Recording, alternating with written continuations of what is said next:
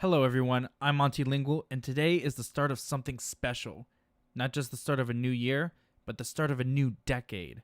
And with this special occasion, you've probably decided to take on a new challenge, a new resolution. Maybe that resolution is to learn a new language. Well, if that's the case, this video is going to help you speak with the accent of a native in just 3 simple steps. So let's see what they are. Step 1 is to learn the IPA.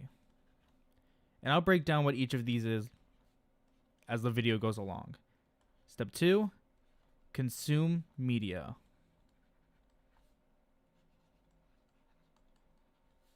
And finally, step 3, talk to real people. Now, let's jump into the first step. Okay, here we are with step 1. Now, you're probably wondering what the IPA is. The IPA is the International Phonetic Alphabet. It is something that is going to show up right here. Now, the International Phonetic Alphabet is a visual representation of every sound possible for a human to make. So we have the consonants over here, and we have our vowels over here.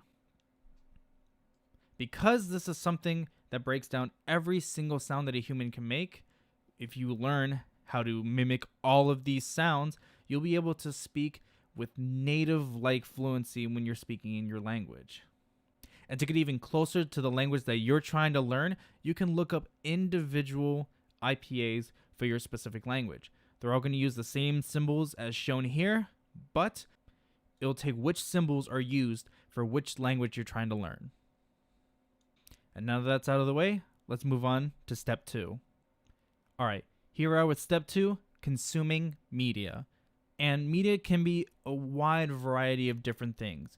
It can be movies, it can be television shows, it can be music, and in the modern age, it can be something like YouTube videos, and even podcasts that you listen to. Now, as I'm sure you realize from watching movies, television, and listening to music in your native language, media is not always the best representation of how people really speak. However, the vocabulary that they use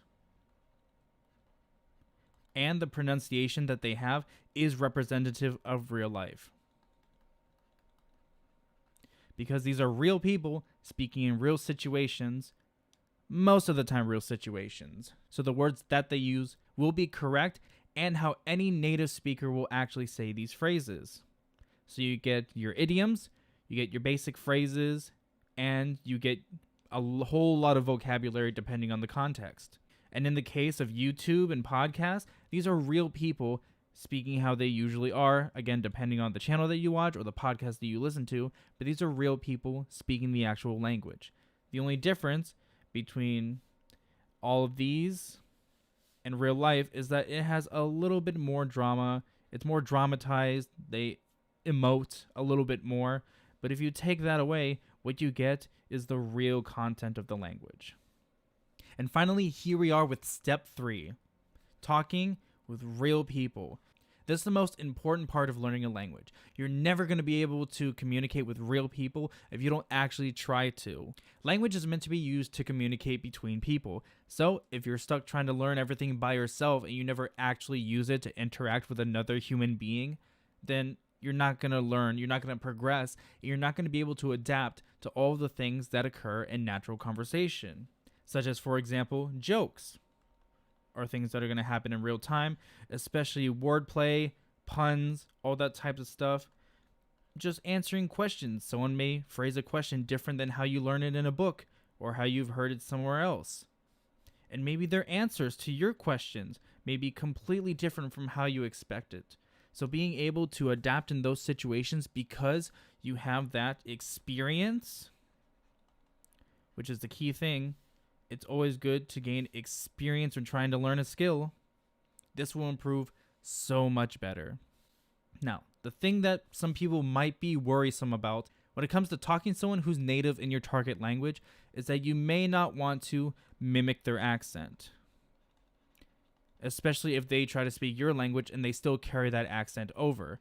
But the thing about that is that you should absolutely 100% try and mimic their accent and say the words that they're saying exactly as they say them. Because here's the thing, they're the native speaker, so they know how to say the words in their language. It may not be so good if you try to speak your native language with their accent. That could come off as rude to them. But when it comes to speaking their native language, you should absolutely mimic how they say it, because how they say it is how it should be said. Oh yeah, and one more thing, do not be afraid to make mistakes. Mistakes are a very important part of the language learning process. Making mistakes is how you get told where you need to change, what you need to fix, and how you can get better. So quite a few of you may be wondering, well, how do I go about talking to a native speaker? I don't necessarily live near one. I don't know any right now, but there's many ways, especially with the internet, for you to go ahead and talk with native speakers. There's, for example, Discord servers. Lots of them. Some of them who have specific servers for specific languages, or catch-all servers that have multiple languages if you want to go down the polyglot route. Another thing is you can utilize Reddit, ask questions there, read other posts, see the information that other people gain, or see what information other people are lacking in. You can go ahead and download apps. There are many, many apps out there that'll help you learn a language, whether it be for vocabulary, learning a bit of grammar, and you can definitely do a language exchange. Find people on the internet to just have one-on-one talks with, which again could tie into the app. There's certainly an app for that. Or you could watch live streams. Now that may seem like a type of media consumption, but you can talk and chat, interact with the streamer, and they can interact back. As a prime example, I stream, and you can go ahead and find me here. Right here is where you'll find me. I'm there almost every day. You can come in, you can type something in chat, and we can have a conversation. And there's native speakers for many different languages in there. So if you have a question for them, go right ahead. Now, you might be wondering why it's so important to get native-like pronunciation. Making sure that you say the words right is extremely important with trying to communicate what you want to say, with trying to get your point across to those speakers. It's way more impressive, they'll respect you, and you'll be better understood if you say less words correctly than you would if you just know more vocabulary but can't say them right. And you'll really impress, you'll shock them, they'll even mistake you for a native if you have this native-like accent using these 3 steps. Okay, so I think that does it for this video. These are 3 simple, easy steps for you to do to get native-like pronunciation. And I think that about wraps it up. Thank you everyone for stopping by. Make sure to like, comment, subscribe. This is Monty Lingual, signing off.